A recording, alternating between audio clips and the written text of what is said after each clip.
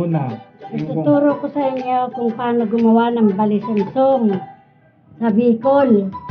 Ang ano nito, may malagkit na bigas.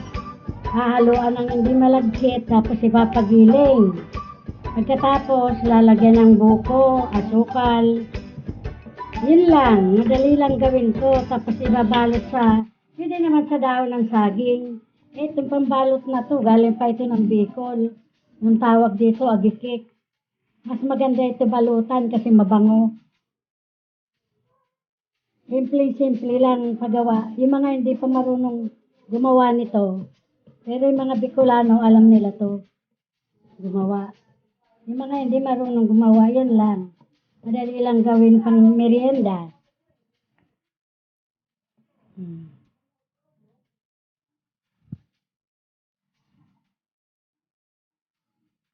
Babalot lang natin yan. Pagkatapos isasalang na. Saglit lang, luto na siya.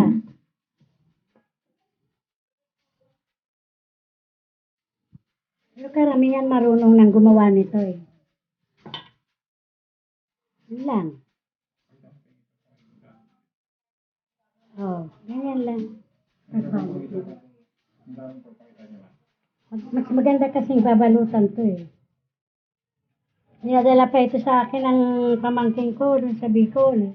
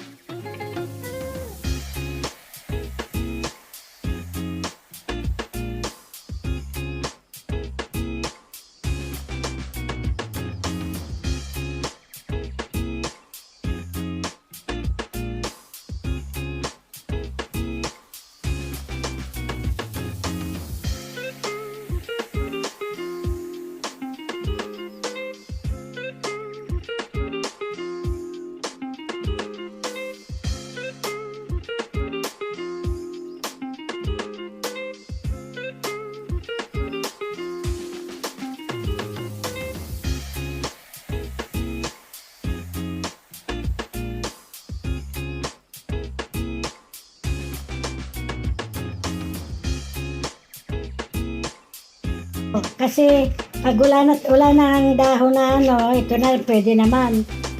Kahit maliliit lang. wait lang. Isa lang. Wala nang dahon ng saging. Hindi na tayo.